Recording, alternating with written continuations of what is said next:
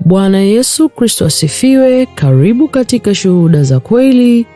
Nikusihi uendelee kusubscribe na kushare shuhuda hizi na watu wengi zaidi, na Mungu akubariki.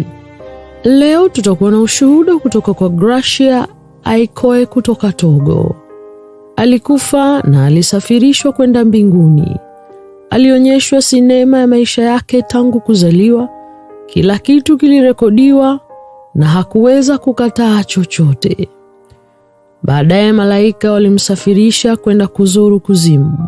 Wapendwa, huu ndio wakati ambao tunapaswa kutangaza habari njema ya Injili kwa sauti kubwa. Kinachosikitisha ni kwamba hata tunapozungumza, wengi wanatua kuzimu. Huko watu humwita Yesu ili wapate msaada. Wanaomba nafasi ya pili ya kutubu, lakini wamechelewa. Kuna idara nyingi kuzimu. Tulikuwa tukisafiri kutoka idara moja hadi nyingine. Tulipoenda kwenye idara ya vijana, niliogopa na nilipiga kelele kwa huruma na hofu. Kama matokeo, mfuatiliaji alionekana. Nilimwona Bwana Yesu Kristo msalabani akilia kama mtoto mchanga kwa ajili ya watu hawa.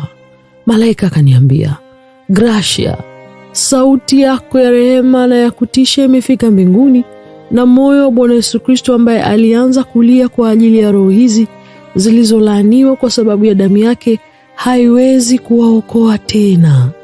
Katika hali hii, hakuna kitu ambacho Bwana Yesu anaweza kufanya. Kisha nikaona damu inatoka katika mikono ya Bwana Yesu Kristo. Idara ya wazinzi.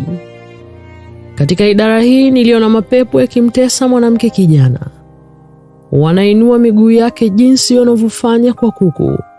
Wanaenda kuchukua kisu na vyombo vyenye ncha kali na wanamtoboa kwa visu hivi. Fikiria visu katika sehemu zako za karibu jinsi inavyoumiza. Rudia baada yangu.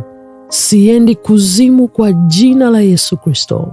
Kisha nikaona pepo akija na uume wa chuma. Hebu niambie, nilikuwa mzinzi, niliona kila kitu, lakini si uume wa chuma. Urefu wa uume huu ulikuwa mita 1. Bibi huyo aliraruliwa kila wakati na pepo alipokuwa akimbaka. Baada ya kila dakika mwili wake ulikuwa unarudi pamoja tena, na ulikuwa ni mzunguko unaorudiwa. Malaika walisema, Gracia, yule msichana anayeteswa anaitwa Clarice. Alikuwa mwimbaji wa kwaya na mfasiri wa mchungaji.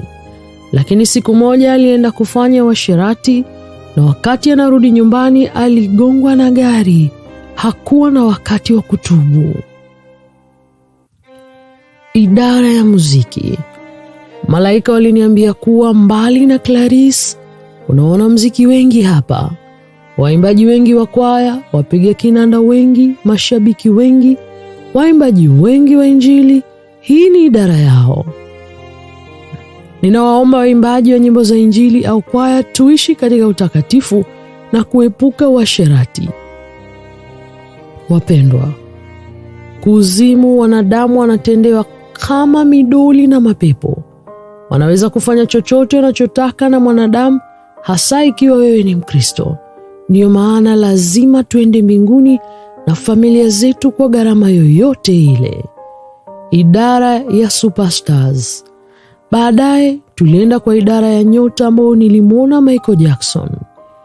Nilichoona kuhusu nyota hizi ni kwamba zote zilikuwa na alama ya mnyama 666 kwenye vipaji vya nyuso zao, kwa sababu walikuwa kwenye agano na Lucifer kabla ya kufa. Walikuwa wanaomba watu wasisikilize nyimbo zao duniani. Hapo niliona mapepo yanacheza mpira. Kulikuwa na timu mbili zenye makipa, mabeki, washambuliaji. Mashetani walikuwa wakimtumia mwanadamu kama mpira. Alikuwa nyota duniani. Alikuwa akipiga kelele kwa uchungu, sitaki watu wasikilize muziki wangu. Miongoni mwa mastaa waliokuwa wakifanyiwa mambo hayo ni Michael Jackson. Malaika akasema, Gracia, Angalia kwa makini, na nilipotazama nilimwona Michael Jackson miongoni mwa mastaa hawa. Ukitazama matamasha ya MJ utagundua kuwa watu walikuwa na hisia kali na wengi walikuwa wakifa. Kama matokeo, malaika walisema alipokuwa hai aliingia agano na malaika wa mauti, huku akiomba watu wasiimbe nyimbo zake, na kila watu wanapoimba nyimbo zake duniani anaadhibiwa na kuteswa hapa. Malaika walisema kwamba nyimbo zake nyingi ziliongoza watu wengi kuzimu. Wengi wako kuzimu kwa sababu ya nyimbo za Michael Jackson. Ikiwa ulitizama matamasha yake utagundua kuwa watu wanapita kwa sababu ya mhemko, na wengi walikufa kwenye matamasha yake na kwenda kuzimu. Malaika huyo alisema kwamba Michael alipokuwa hai duniani alitia saini agano na malaika wa kifo ambaye alimpa vitu vyote alivyotaka. Hii ilieleza kuwa kila anapokuwa kwenye ziara watu hufa. Mastaa hawa waliingia katika maagano na mapepo. Waliuza roho zao kwa shetani. Kama una CD zao, tafadhali achana nazo. Idara ya manabii wa uongo na wachungaji wa uongo. Kulikuwa na wachungaji wengi wa uchawi kuzimu. Tuliona mtu kwenye moto, pepo lilikuwa likimchoma na kumtesa. Alikuwa na nyoka shingoni. Malaika akasema, Gracia, mtu huyu alikuwa mchungaji. Kisha malaika aliwakadiria maisha ya mchungaji huyu katika ufuatiliaji. Mchungaji huyu alianza huduma yake vizuri sana hapo mwanzo, maana kweli aliitwa na Bwana Yesu. Kisha katika ufuatiliaji huo nilimwona akiwa na wachungaji wachawi. Alikuwa akilalamika kwamba kanisa lake halijajaa na kwamba lilikuwa nusu. Lilipaswa kuwa limejaa hadi sasa. Biblia inasema kwamba marafiki wabaya huharibu maadili mema. Nilikuwa naangalia movie yake kwenye monitor. Nilimuona mchungaji akwenda kufanya agano na pepo. Baada ya kusaini mkataba na yule pepo, kanisa lake lilijaa watu. Ikawa imejaa kweli kweli. Alifungua matawi mengi huku kanisa likiendelea kupanuka, lakini mchungaji alishindwa kuelewa kuwa shetani anachukua zaidi na anatoa. Kisha siku moja pasa aliugua na kupelekwa hospitalini. Katika hospitali hiyo daktari aliona kwamba ugonjwa wake hauwezi kuponywa. Walifanya walichoweza, lakini hakukuwa na matokeo. Alijua kuwa ugonjwa wake hautibiki. Badala ya kuungama dhambi yake, mchungaji huyo alikufa hivyo hivyo bila kuungama dhambi hiyo. Hata alishindwa kuliambia kanisa lake kwamba alizika mambo ya uchawi chini ya kanisa lake. Kisha malaika akaniambia, Gracia, kuna manabii wengi wa uongo na wachungaji wa uongo. Wanapotosha Wakristo wenye nia njema na Wakristo wenye nia njema. Manabii wa uongo wameongoza Wakristo wengi kuzimu na bado wanawaongoza wengi kuzimu. Kuna mambo yao mengi, ndio maana unapaswa kuacha kukimbilia miujiza. Haujui watu hawa na chanzo cha nguvu zao. Kwa kadiri Bwana Yesu anavyohusika, kipaumbele ni maisha ya utakatifu. Bwana Yesu alisema, ninyi mkikaa ndani yangu na neno langu likikaa ndani yenu, ombeni lolote mtakalo mtapewa. Acha kufuata manabii hawa uongo na usiwape kichwa, na kuwa makini na mafuta yao. Unapaswa kumwombea mchungaji wako badala ya kufuata wachungaji wa uongo. Leo hakuna mtu anayewaombea watu wa Mungu. Watu wanatafuta makosa au dhambi ndani yao. Idara ya wake za wachungaji. Kuna mahali kuzimu kwa wake wachungaji na wako wengi. Wengi wao wameharibu kazi za Mungu. Wanawake hao huwa wanagombana na wachungaji badala ya kuchukua muda wa kuwaombea waume zao. Mke wa mchungaji lazima awe mtunza amani, si wa mtu wa kuwasha moto nyumbani. Anapaswa kuwa mtunza amani kama vile Biblia inavyosema kwamba mwanamke mwenye hekima hujenga nyumba yake, lakini aliye mpumbavu huibomoa. Wake za wachungaji wanapaswa kutafuta amani katika nyumba zao na kuwaombea waume zao na kanisa. Tunapaswa pia kuwaombea wake wa wachungaji iwapo wana udhaifu badala ya kuwakosoa. Idara ya mapepo. Kuzimu ni eneo la mapepo, lakini kuna mahali kama kuzimu ambayo ni miliki yao. Hakuna mwanadamu huko. Tulitembelea ufalme wa pepo kuzimu. Hii ni eneo la mapepo tu. Malaika alinionyesha pepo akiwa na mikusanyiko mingi na mikutano ya kufanya kazi, ambapo walikuwa wakishiriki mikakati tofauti ya kuwashambulia Wakristo na wachungaji na familia zao.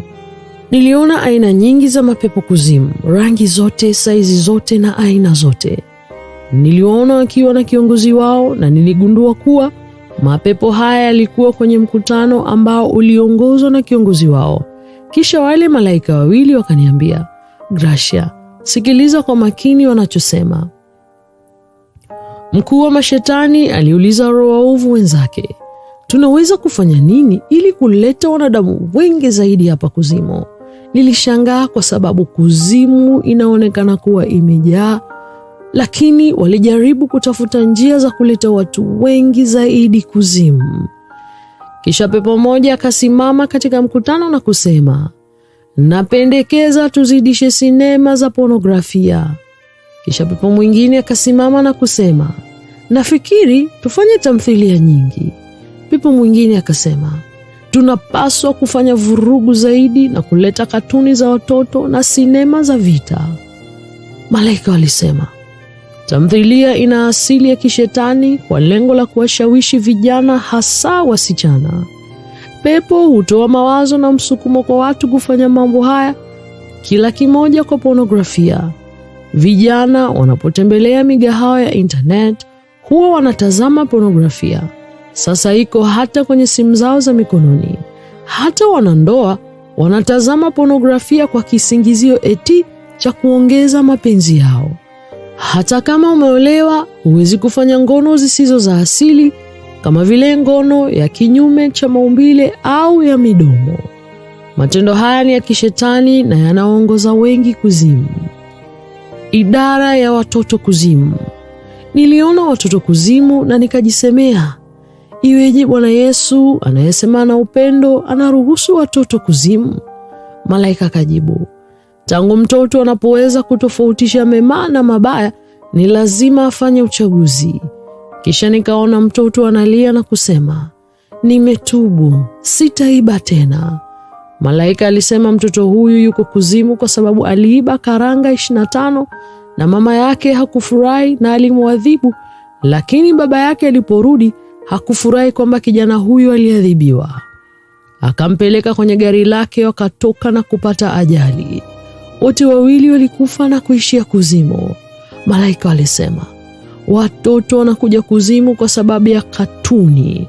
Joka na mashetani katika katuni hizi walichochea kuwa waasi dhidi ya wazazi wao. Sina maneno ya kueleza kuhusu kuzimu. Ni zaidi ya kufikiria. Watu wanaomba nafasi ya pili, lakini wamechelewa sana. Kuzimu watu wanamtukana Mungu kwa yale wanayopitia. Idara ya watu wenye tatuu. Tukahamia sehemu ambayo kulikuwa na watu wenye tatuu mwili mzima. Niliona wanaume kwa wanawake wakiwa na tatuu kwenye matiti yao na makalio yao. Kulikuwa na tatuu za nge, maua, dragon na kadhalika.